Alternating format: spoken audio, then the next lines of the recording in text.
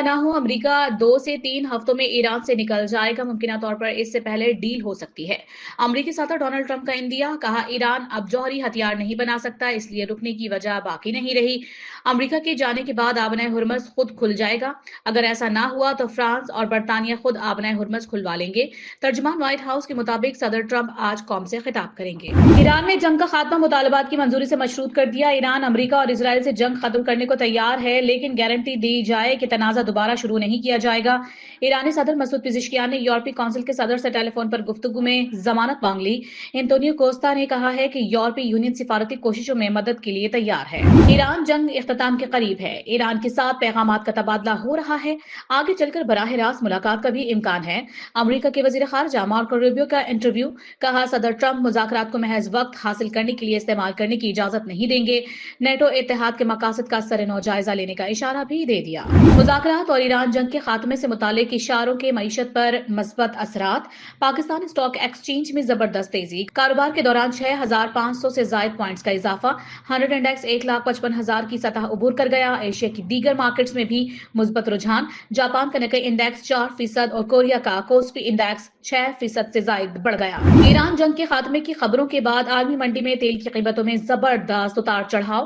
برطانوی کروڈ کی قیمت $118 سے $103 فی بیرل پر آ گئی۔ WTI خام تیل فی بیرل $101 میں فروخت۔ امریکہ اور اسرائیل کے ایران پر حملے جاری۔ تہران، اصفہان، بوشہر اور بندر عباس پر شدید بمباری۔ صہیونی فورسز کی جنوبی لبنان میں بھی جارحیت۔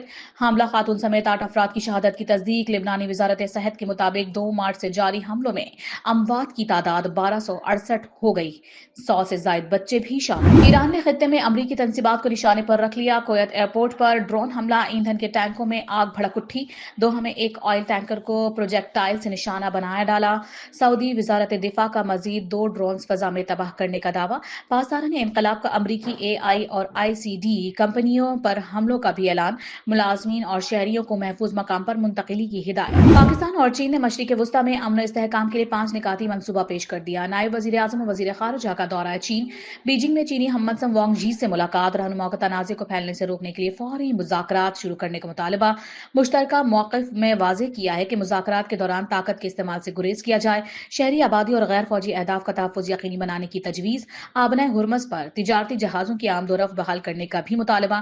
ایران اور خلیجی ریاستوں کے خود مختاری اور سلامتی کا تحفظ ناگزیر قرار۔ پیٹرول کے بعد LPG بھی مہنگی، قیمت میں $78.28 فی کلو اضافہ۔ نئی قیمت $304.12 ہو گئی۔ گھریلو سلنڈر $923.71 مہنگا۔ LPG کی 11.8 کلو گرام کی گھریلو سلنڈر کی نئی قیمت $3,588.59 مقرر۔ کراچی کے شہریوں کے لیے نیا امتحان، دودھ فی لیٹر $20 مہنگا۔ کمشنر کراچی کا نوٹیفکیشن جاری، نئی قیمت $240 فی لیٹر ہو گئی۔ ڈیری فارمرز کے لیے دودھ کی فی لیٹر قیمت $215، ہول سیلرز کے لیے $225 فی لیٹر مقرر۔ وزیر اعلیٰ خیبر پختونخوا سے رہائی فورس کی تشکیل پر جواب طلب۔ وفاقی آئینی عدالت نے سہیل آفریدی کو نوٹس جاری کر دیا۔ چیف جسٹس امین الدین خان نے کہا سزا یافتہ شخص کے لیے ایسی فورس نہیں بننی چاہیے۔ وفاقی حکومت یقینی بنائے کہ قانون کی خلاف ورزی نہ ہو۔ خیبر پختونخوا میں سیکورٹی فورسز کی بڑی کامیابی، 2 مختلف کارروائیوں میں 13 دہشت گرد ہلاک۔ ISPR کے مطابق ضلع خیبر کے علاقے باڑہ میں 10، بنو میں 3 دہشت گرد ہلاک ہوئے۔ صدر اور وزیر اعظم کا سیکورٹی فورسز کو زبردست خراج تحسین۔ لاہور کے کئی علاقوں میں موسلا دھار بارش اور ژالہ باری، تیز ہواؤں کے ساتھ کالی گھٹائیں جم کر برسیں۔ کراچی میں آج سے بارش کا امکان، مغربی ہواؤں کا سلسلہ بلوچستان کے راستے ملک میں داخل ہوگا۔ بارش کا سلسلہ 4 اپریل تک جاری رہنے کا امکان۔ NDMA کا 5 اپریل تک ملک بھر میں گرج چمک کے ساتھ بارشوں کا الرٹ جاری۔ خیبر پختونخوا اور بلوچستان میں سیلابی صورتحال کا خدشہ، پہاڑی علاقوں میں لینڈ سلائیڈنگ کا خطرہ۔ روس کا فوجی ٹرانسپورٹ طیارہ گر کر تباہ، 29 افراد ہلاک ہو گئے۔ روسی وزارت دفاع کے مطابق اڑان بھرنے کے بعد پائلٹ کا ایئر ٹریفک کنٹرولر سے رابطہ منقطع ہو گیا۔ ابتدائی تحقیقات کے مطابق حادثے کی وجہ تکنیکی خرابی لگتی ہے۔